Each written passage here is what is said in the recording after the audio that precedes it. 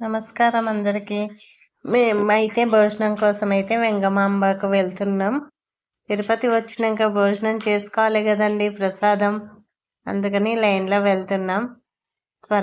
చాలా త్వరగా ఎంత టైం అవుతుందో అనుకున్నా కానీ చాలా త్వరగా అయితే బయటికి వచ్చేసాం. చాలా జనాలు ఉన్నారు అక్కడ. ఇంతమంది ఉండి కూడా చాలా చక్కగా నీట్గా మెయింటెనెన్స్ చేస్తున్నారు. అది చాలా నచ్చింది నాకైతే తిరుపతి.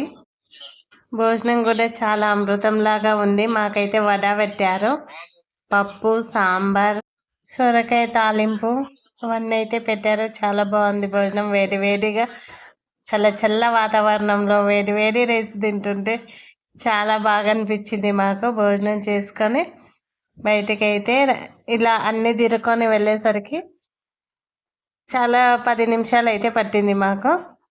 ఇంకా భోజనం కోసం అయితే కూర్చొని భోజనం చేసుకుంటున్నాం. ఇక్కడ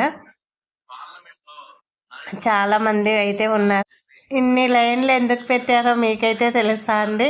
నేనైతే అదే అనుకున్నా. తిన్న వాళ్ళకైతే అరిగిపోవడానికి, వచ్చే వాళ్ళకైతే తినడానికి వచ్చే వాళ్ళకైతే ఆకలి కావడానికి అనుకున్నా. మీకు కూడా తెలిస్తే కామెంట్ సెక్షన్లో అయితే కామెంట్ చేయండి. ఇలా ఎన్ని లైన్లో తిరగాలి, చాలా లైన్లు అండి. అంతమందికి వడ్డించడం కూడా చాలా గ్రేట్ కదండి. ఇది ఎప్పటికీ గుర్తుంటుంది కదా అని అయితే ఈ చిన్న వీడియో అయితే తీసుకున్నాను. ఈ వీడియో చూసాక ఖచ్చితంగా మీ అమూల్యమైన లైక్ని అయితే ఇవ్వండి ఫ్రెండ్స్. మరొక వీడియో కోసం వెయిట్ చేయండి.